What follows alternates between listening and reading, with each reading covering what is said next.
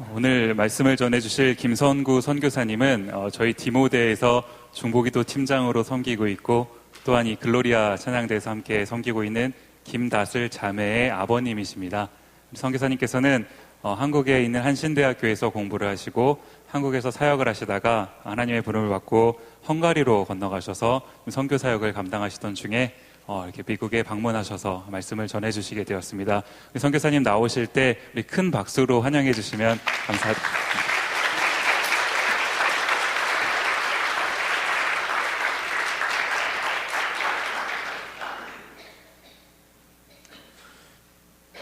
알다시피 개식. 이 인사말은 헝가리 개혁교회 교인들이 지난 500년 동안 만날 때마다 나누는 인사말입니다. 주님의 평화를 빕니다. 이런 뜻을 가지고 있습니다. 한번 따라 해보시죠. 알다시피 개식.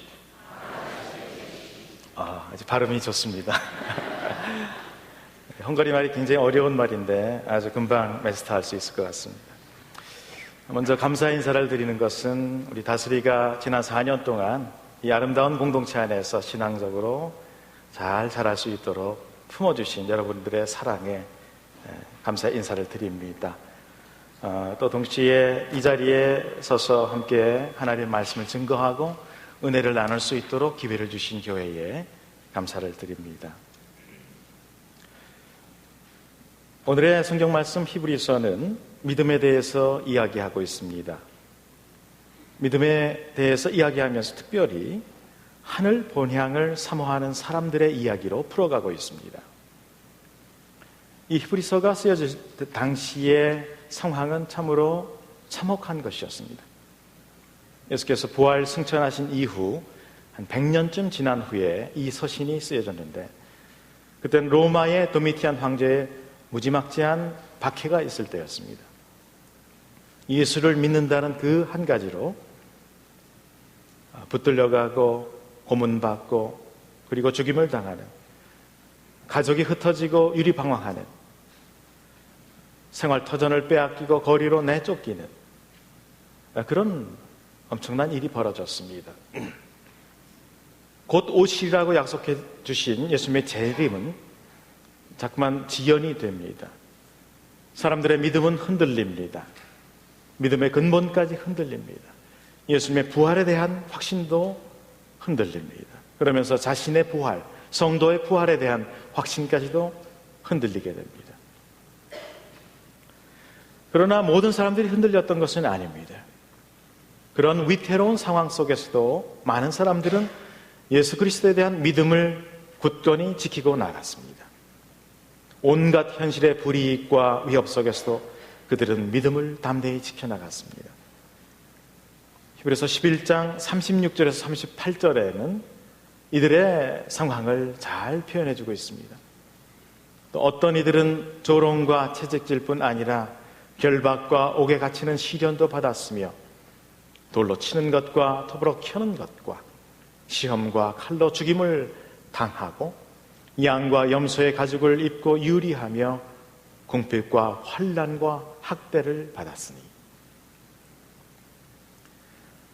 참 비참한 상황이죠.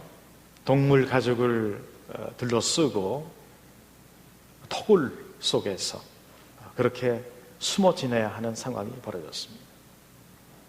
죽임을 당합니다. 고문을 당합니다. 그럼에도 불구하고 그들은 부활하신 예수 그리스도에 대한 믿음을 지켜나갑니다. 히브리서 11장 1절과 2절은 그래서 담대하게 믿음에 대해서 이렇게 선언합니다. 믿음은 바라는 것들의 실상이요 보이지 않는 것들의 증거니 선진들이 이로써 증거를 얻었느니라. 표준 세번역은 이 말씀을 좀 더 명확하게 클리어하게 번역하고 있습니다. 믿음은 바라는 것들의 확신이요 보이지 않는 것들의 증거입니다. 선조들은 이 믿음으로 살았기 때문에 훌륭한 사람으로 증언되었습니다. 네, 믿음은 우리가 바라는 것, 그것에 대해서 확신을 갖게 합니다. 여기서 질문을 하나 드리겠습니다.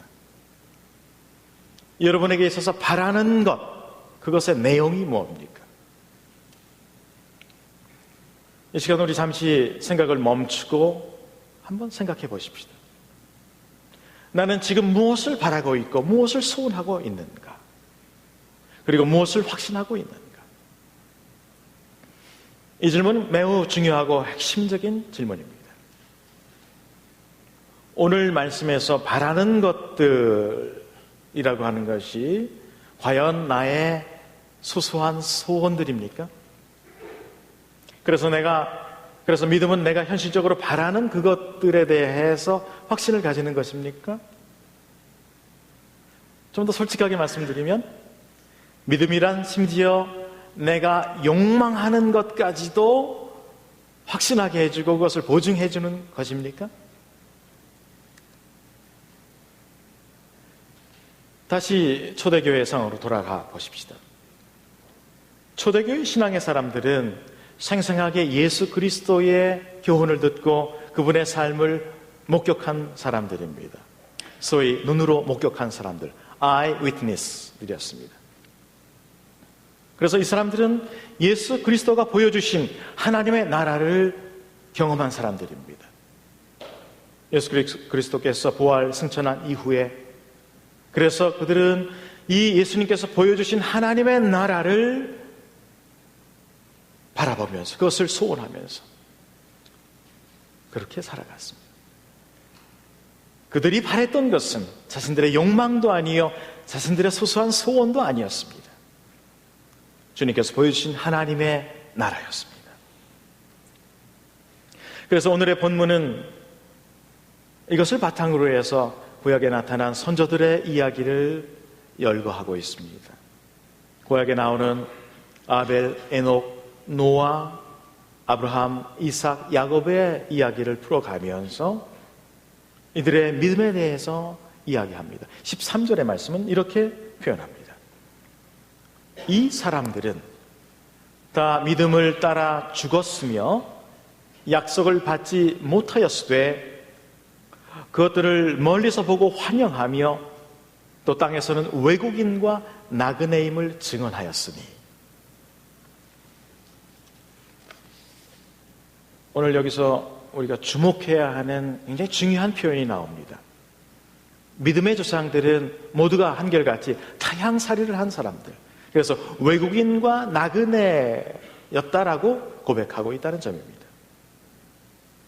우리가 잘 아는데 아브라함은 일찍이 본토 친척 아비집을 떠나서 나그네 삶을 시작한 사람입니다. 또 그의 아들, 손주들은 그런 삶을 이어갔습니다. 야곱은 특히 계속해서 나그네의 삶으로 살아왔습니다. 그래서 이들이 나그네였다라고 하는 것은 충분히 이해가 갑니다. 그러나 아벨, 에녹, 노아 이런 선조들이 타향살이를 하고 이들이 나그네 삶을 했다는 그런 증거는, 그런 말씀은 성경에 나타나 있지 않습니다. 그런 기록이 없습니다. 그럼에도 불구하고 왜 이들이 나그네의 삶을 살았다, 이들이 타향살이를 했다, 이렇게 성경은 기록하고 있는 것일까요? 그것은 적어도 그들이 근본적으로 주위의 사람들과는 전혀 다른 차원의 가치관을 가지고 다른 차원의 신앙의 눈을 가지고 살았기 때문이었습니다. 그 시대의 풍조, 그 시대의 세상 풍조에 휩쓸리지 않고 그들은 새로운 차원을 바라보면서 걸어갔습니다. 그런 점에서 그들은 외국인이요 나그네였습니다. 그들이 끊임없이 바라보았던 것은 무엇이었습니까? 그리고 어떻게 그들은 그렇게 의연하게 그 길을 걸어갈 수 있었을까요? 오늘의 말씀 16절에서 이렇게 표현합니다. 그들이 이제는 더 나은 본향을 사모하니 곧 하늘에 있는 것이라. 이러므로 하나님이 그들의 하나님이라 일컬음 받으심을 부끄러워하지 아니하시고 그들을 위하여 한 성을 예비하셨느니라. 그들은 믿음의 눈을 가지고 하늘의 본향을 바라봤습니다. 이 말씀 자체 잘못 이해하면 현실을 전혀 이렇게 의식하지 않고 현실을 외면하고 죽음 이후의 피안의 세계를 꿈꾸는 어떤 도피적인 신앙으로 곡해할 수 있습니다만 전혀 그런 뜻이 아닙니다. 이 세상에서 이 세상의 현실에 단단하게 발을 딛고 있으면서도 잘못된 이 세상의 풍조에 휩쓸리지 않는 그런 삶을 살아가고 있다는 것이죠. 이 세상 속에서 하나님의 뜻과 그의 나라를 추구하는 삶을 고백하면서 그 삶을 선택했다는 것입니다. 이것은 예수께서 보여주신 삶이요, 예수님께서 걸어가신 십자가의 길이요, 그래서 우리의 모본이 된 삶입니다. 이 믿음의 삶은 그래서 외롭지만 복된 나그네의 삶입니다. 외롭지만 그 길은 하나님 나라에 잇대어 사는 영원한 삶입니다.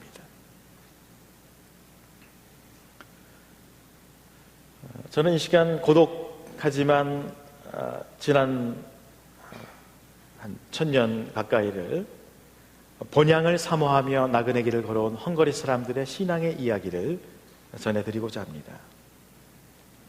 헝가리의 역사는 한 1000년 전에 시작을 했고요. 초대왕 이슈트반 왕은 로마 가톨릭을 국교로 받아들이면서 건국과 함께 로마 가톨릭 국가로 출발했습니다. 헝가리 역사에서 많은 굴곡진 역사가 있습니다만은 특별히 16세기 초는 굉장히 중요한 역사적인 전환점입니다. 16세기 초에 밑에 있는 오스만 터키가 헝가리를 침략해오고 이 침략으로 인해서 헝가리는 오스만 터키의 상당 부분 지배를 받게 됩니다. 그러나 동시에 그 시기는 유럽 전역이 종교개혁의 불길이 들불처럼 타오르고 있던 시기였습니다. 마틴 루터는 1517년 로마 가톨릭의 왜곡된 신앙에 대해서 95개조의 반박문을 비텐베르그 이 성전 문 앞에 못 박고, 이것이 바로 종교개혁의 신호탄이 되는 놀라운 사건이 일어났습니다. 루터와 칼빈, 수많은 그 시대의 개혁자들은 믿음의 내용에 대해서 물어봤습니다. 믿음의 내용에 대해서 근본적으로 질문했습니다. 종교개혁자들의 주장은 약간의 차이가 있습니다만, 그러나 그들의 주장은, 그들의 중심은 하나로 일치합니다. 그래서 신앙의 대상이 인간이 될 수 없다. 신앙의 대상은 오직 하나님. 그래서 그들은 외칩니다. 오직 믿음, 하나님에 대한 믿음, 오직 성서, 오직 은혜. 믿음, 성서, 은혜, 이 세 가지를 붙들고 치열하게 싸웠습니다. 구원이란 인간의 선행이나 혹은 사제들을 통해서 얻어지는 것이 아니라 오직 하나님에 대한 믿음으로 다다를 수 있다. 그들은 그렇게 담대히 선언했습니다. 바로 그러한 때 오스만 터키가 침략을 하자 헝가리에 있던 수많은 가톨릭 사제들은 전부 도망을 했습니다. 백성들과 교회를 버리고 서방으로 다 도망을 갔습니다. 그렇지 않아도 헝가리 백성들은 부패하고 왜곡된 이 신앙에 대해서 마음을 두지 못하고 있었을 때 이들은 정말 어디에 마음을 둬야 할지, 신앙의 기준을 어디에 둬야 될지 그들은 유리하는 그런 양떼와 같았습니다. 바로 그 시기에 존 켈빈은 스위스 제네바를 중심으로 해서 신앙개혁을, 종교개혁을 일으키고 있었습니다. 현재 제네바 대학교의 전신인 제네바 아카데미는 칼빈이 세운 대학교였습니다. 그 당시 수많은 인재들이 왜곡된 이 신앙, 왜곡된 세상을 개혁하고 바로잡기 위해서 이 제네바 아카데미로 몰려왔습니다. 역시 근처에 있는 헝가리에서도 수많은 인재들이 와서 공부를 하고 개혁신앙을 배웠습니다. 그리고 돌아가서 개혁신앙으로 길을 잃고 헤매고 있었던 백성들을 위로하고 복음으로 새롭게 일으켰습니다. 헝가리 사람은 더 이상 세상 풍조에 휩쓸리는 그런 신앙이 아니라 하나님께 대한 믿음으로 하늘 본향을 바라보는 그런 굳건한 믿음으로 다시 설 수 있게 됐습니다. 통계에 의하면 16세기 말 헝가리 인구의 90% 이상이 교회로 돌아선 사람들이었습니다. 그러나 16세기 후반이 되면서 로마 가톨릭은 가만히 있지 않았습니다. 예수회를 중심으로 한 소위 대대적인 반종교 개혁 운동이 일어났습니다. 군사들과 경찰력을 동원해서 이들은 개혁 신앙을 가진 사람들을 핍박하고 이들을 압박했습니다. 특히 헝가리는 이제 오스만 터키의 지배에서 벗어나자마자 합스부르크의 지배를 받게 되는데, 합스부르크는 가톨릭 국가였습니다. 가톨릭 왕조였습니다. 이들은 아주 노골적으로 개혁교인들을 차별하고 이들을 핍박했습니다. 당시에 개혁교인으로 살아간다고 하는 것은 내가 이제 2등 시민으로 살아가겠다, 이런 각오를 하지 않으면 살 수 없었던 상황이었습니다. 그들은 끌려갔고 고난을 받았고 고문을 받았고 또 소위 개종회의 압력을 받았습니다. 그들은 제대로 취직을 할 수도 없었고, 그리고 공개적인 결혼도 할 수 없었습니다. 이렇게 공개적인 집회를 가질 수도 없었습니다. 가톨릭으로의 개종을 거부한 40명의 개신교 목사님들은 공개 재판을 받고 이들은 전부 지중해의 함선 노예로 끌려가게 됩니다. 여러분, 영화 벤허라고 하는 영화 아시죠? 거기에 보면 밑바닥에서 노를 젓는 노예들이 있습니다. 목사님들이 그렇게 노예가 됐습니다. 그럼에도 불구하고 개종을 거부하고 그 중에 절반은 순교를 했습니다.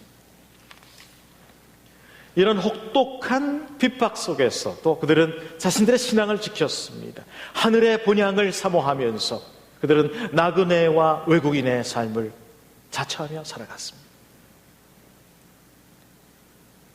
최근에 헝가리의 이야기를 좀 전해드리겠습니다. 최근이라고 할 수는 없습니다만 현대사를 보면 헝가리 사람들에게 아직까지도 큰 상처로, 트라우마로 영향을 주고 있는 두 개의 전쟁이 있죠. 그것은 1차, 2차 세계대전입니다. 헝가리는 이 전쟁에서 좀 피해보고 싶었습니다만은 어쩔 수 없는 정치적인 상황 속에서 1차, 2차 이 전쟁의 소용돌이 속에 들어가게 됐습니다. 특히 1차 세계대전의 상처가 컸습니다. 오스트리아와 함께 패전국이 된 이 헝가리는 전후 처리 과정 속에서 소위 트라한형 조약의 결과 무려 3분의 2나 되는 국토와 3분의 2나 되는 인구가 주변국으로 잘려져 나갔습니다. 여러분 보시는 이 그림에서 이 가운데 부분이 현재의 헝가리입니다. 주변으로 잘려져 나간 이 땅들은 원래 헝가리의 왕조의 땅입니다. 자연스럽게 수많은 사람들이 헝가리인으로 살아가고 있지만 헝가리 국적이 아닌 다른 나라 국적으로 소위 다이아스포라로 살아가고 있습니다. 헝가리는 사지가 절단된 분단 국가가 됐습니다. 더욱이 2차 세계대전 이후 또다시 이들은 소비에트 연방에 귀속되는 비극적인 결과를 맞게 됩니다. 여러분, 사회주의 체제, 공산주의 체제 아래에서의 신앙생활 한번 상상해 보셨습니까? 죽음을 맞서는 용기가 없으면 내가 개혁신앙을 가지고 있는 사람이다, 이렇게 얘기하기 어려운 상황이었습니다. 특히 자유를 부르짖었던 1956년 헝가리 혁명이 있었습니다. 여러분, 김춘수 시인의 부다페스트의 소녀의 죽음, 이런 시로 잘 알려져 있죠. 이 헝가리 혁명이 일어났을 때 수많은 사람들은 거리에서 평화적인 시위를 했습니다. 그러나 소련은 이들을 무참히 총칼로 이 혁명을 진압했습니다. 이 혁명 이후 수많은 사람들이 미국으로, 유럽으로 그렇게 이민을 갔고, 남아있는 자들은 극심한 고통을 받았습니다. 특별히 신앙을 가진 사람들은 더 많은 고통을 받았습니다. 교회당은 빼앗겼고 신자들은 언제나 감시와 현실적인 불이익 속에서 고통을 받아야 했습니다. 많은 사람이 신앙을 숨기고 살아가야 했고 신앙의 전선에서 이탈되기도 했습니다만, 그러나 많은 사람들은 여전히 하늘 본향을 사모하는 나그네의 삶을 주저하지 않고 담대하게 걸어갔습니다. 전쟁도 이념도 혹독한 핍박도 이들의 신앙의 발걸음을 멈추게 하지 못했습니다. 1989년 놀라운 일이 벌어졌죠. 소비에트 연방이 무너졌습니다. 이 동구권 중에서 가장 먼저 자유의 국가로 기치를 걸고 출발한 나라가 헝가리입니다. 그렇지만 자유를 얻게 되었지만 여전히 아까 그림에서 보셨듯이 헝가리 국경 밖에는 여러 많은 소위 다이아스포라들이 헝가리 백성으로 살아가고 있습니다.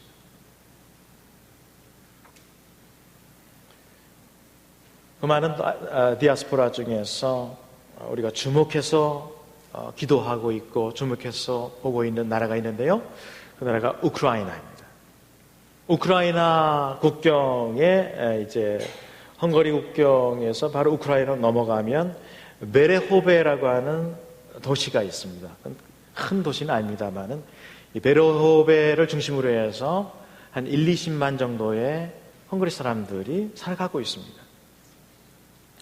그런데 여러분 아시다시피 한 3년 전부터 우크라이나 동쪽 국경 부분에 러시아와의 국경 분쟁이 벌어졌죠. 크림반도가 원래 우크라이나 땅이었습니다만 러시아가 그것을 접수해갖고 지금도 전쟁의 상황이 이어지고 있습니다. 전쟁이 일어나면 자국민을 보호하기도 힘든데 이 소수민족으로 살아가는 사람들은 안중에도 없습니다. 많은 어려움을 겪고 있습니다. 그래서 2년 전부터 이들의 고통에 대해서 함께 고통을 나누고 이들의 고통의 현장을 방문하고 함께 기도하고 이렇게 하고 있습니다. 개혁교회 형제들과 함께 몇 차례 방문하고 그들의 고통의 현장을 보았습니다. 그러나 그들은 혹독한 그런 환경 속에서도 그들은 믿음으로 이 어려움들을 극복하고 있습니다. 이 우크라이나 지역에는 한 100개 정도 되는 개혁교회가 있고 이 개혁교회를 중심으로 해서 이들은 이 난관을 지금 헤쳐나가고 있습니다. 많은 어려움들이 있는데요. 특별히 이렇게 많은 사람들이 살고 있는데도 소방서가 없습니다. 그래서 교회가 소위 소방서 시스템을 구축하고 제가 방문한 베르겐 교회라고 하는 그 교회 옆에 건물 하나를 짓고 소방서를 교회가 운영을 합니다. 그래서 이제 신도들이 소위 볼런티어로 무전기를 차고 직장에서 일을 하다가 불이 나면 이제 달려와서 이 소방차를 몰고 가서 불을 끕니다. 이 시스템을 구축하기 위해서 많은 우리 개혁교회 형제, 세계 여러 나라의 형제들이 도움을 주었는데 특히 이 시스템은 네덜란드 개혁교회가 많은 도움을 주었다고 들었습니다. 이들은 난방 시스템이 있습니다만 가스비가 너무나 올라서 추운 겨울에 예배를 드리는데 이렇게 예배를 드리는데 난방기를 제대로 틀 수 없습니다. 그래서 교회가 마련한 원칙은 영하 15도 이하로 내려갈 때 난방기를 튼다. 이거 제가 찾아갔을 때도 겨울이었습니다. 추운 날인데 외투를 입고 그렇죠? 든든히 옷을 입고 와서 예배를 드립니다. 극한 추위 속에서도 그들은 열심히 모여서 예배를 드리고 예배를 통해서 새로운 힘을 얻고 하늘 본향 사모하며 살아가는, 그래서 예배 시작 전에는 저렇게 아이에게 이와 세례를 주고 함께 예배를 드리는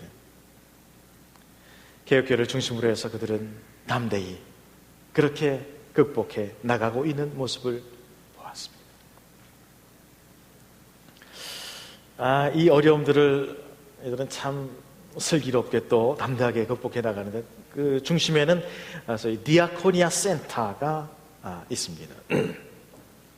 이 디아코니아 센터에 여러 가지 프로젝트가 있고 지금 가동이 되고 있습니다만은 몇 가지를 좀 소개해드리면 이 센터에서 특별히 그 극빈자들 또 노약자들을 위해서 하루에 한 500개 내지 800개 정도의 빵을 굽습니다.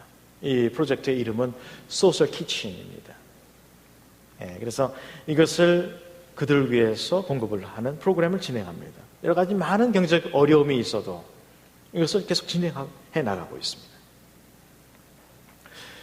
또 가스보일러가 있습니다만 이것을 가동할 수 없으니까 이제 조금 안타까운 일인데요. 가스보일러를 드러내고 대신 나무 보일러로 대체하는 프로젝트를 진행합니다. 나무는 좀 풍족하니까요. 그래서 이 프로젝트를 위해서 개혁기회와 함께 저희 센터도 함께 이 프로젝트에 동참하고 있습니다. 가장 심각한 문제는 의료 공백 사태입니다.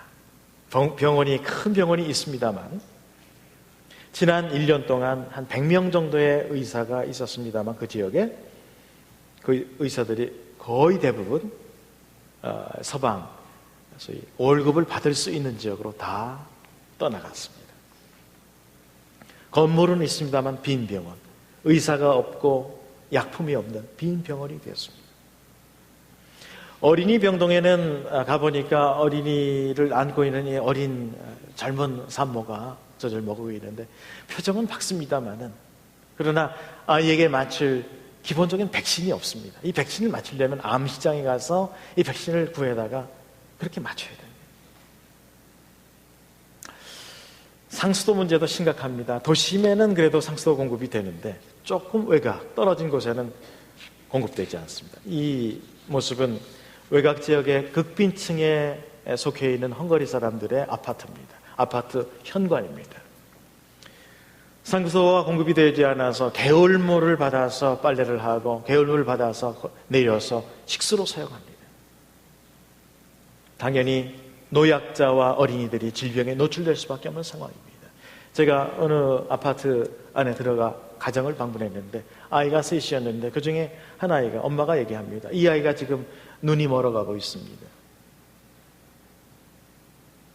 병명이 뭔지도 그 원인이 무엇인지도 어떻게 해야 할지 모르는 상황이죠.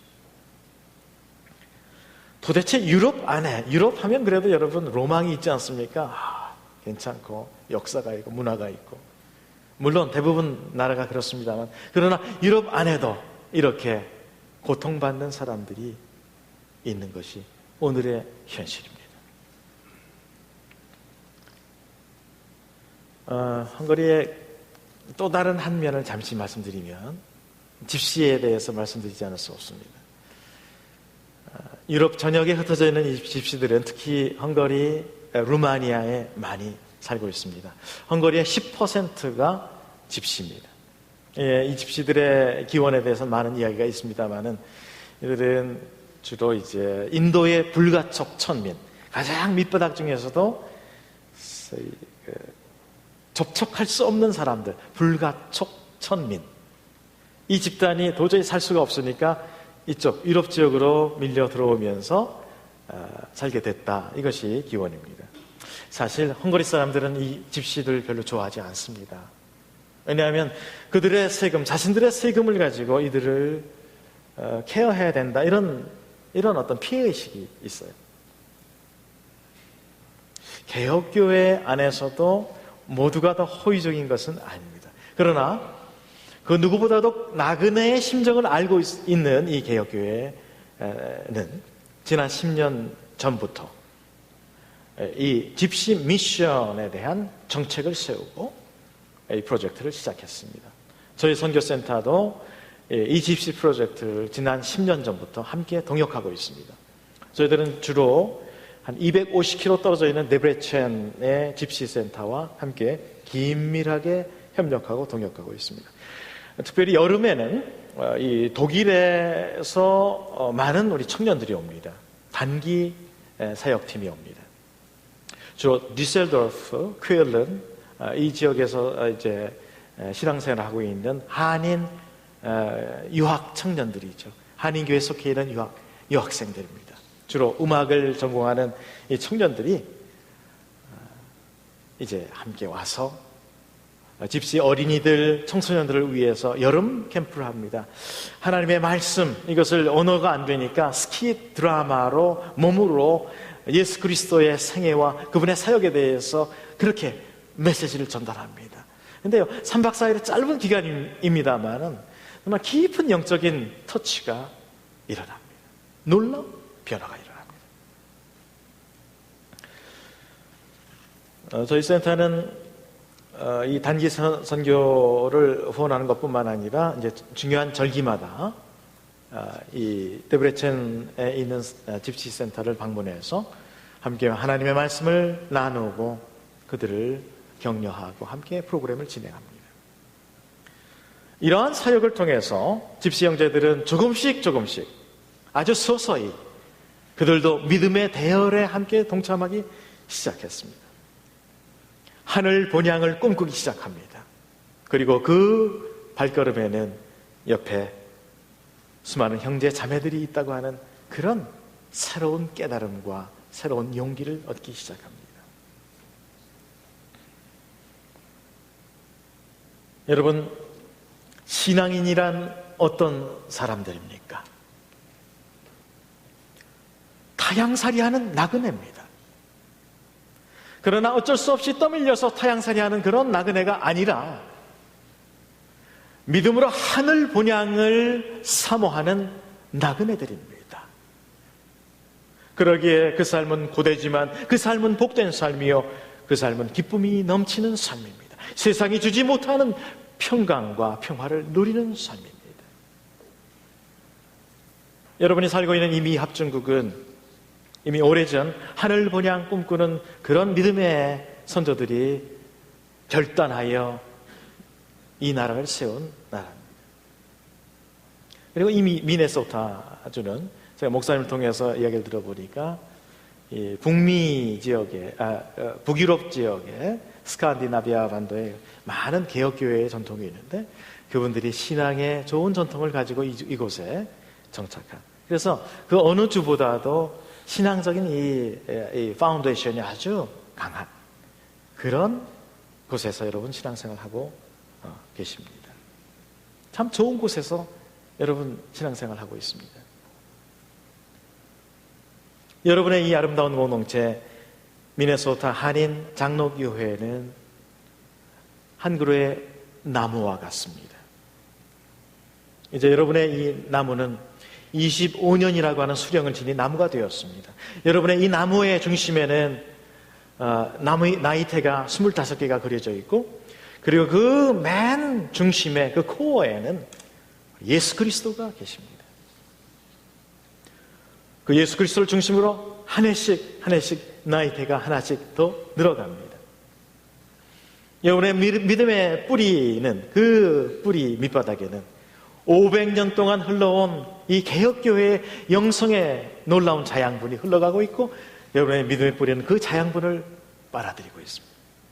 그래서 여러분의 나무와 여러분 나무의 가지와 잎은 하늘 본향을 바라보며 그것을 사모하며 뻗어나가고 있습니다. 여러분의 이 공동체는 외롭게 홀로 서 있는 고독한 나무가 아닙니다. 이 세계에 흩어져 있는 하늘 본향 꿈꾸는 수많은 공동체들과 함께 하나님 나라의 아름다운 신앙의 생태계를 이루어가는 그런 아름다운 나무입니다. 이 세계가 아무리 돈의 위력 앞에 무기력해지고 있다고 하지만 하늘 본향 사모하는 사람들의 순례의 행진은 지금도 성령의 인도를 따라 담대하게 이어지고 있습니다. 여러분도 저도 이 순례의 행진에 동참하고 있습니다. 바로 이 시간에도 성령께서는 우리 모두를 하늘 본향 사모하도록 이끌어 주십니다. 어떤 상황 속에서도, 어떤 조건 속에서도, 어떤 세상 풍조 속에서도 하늘 본향 사모하며 걸어가시는 나그네의 발걸음들 되시기를 바랍니다. 여러분의 공동체가 건강하고 아름다운 믿음의 나무로 든든히 성장해 가기를 바랍니다. 성령께서 하늘 본향 꿈꾸며 나아가는 여러분의 이 담대한 나그네의 발걸음에 언제나 동행해 주실 줄로 믿습니다. 기도하겠습니다. 우리에게 하늘 본향을 사모하는 이 귀한 나그네의 삶을 허락해 주시니 감사합니다. 신앙의 선배들의 뒤를 따라 이 복된 길을 기쁘게 담대하게 걸어가게 하여 주시옵소서. 미네소타 한인 장로교회 이 귀한 신앙 공동체가 이 위대한 순례의 길을 세계교회의 형제들과 함께 담대히 걸어가는 공동체가 되게 하여 주시옵소서. 예수 그리스도의 이름으로 간절히 기도드리옵나이다. 아멘.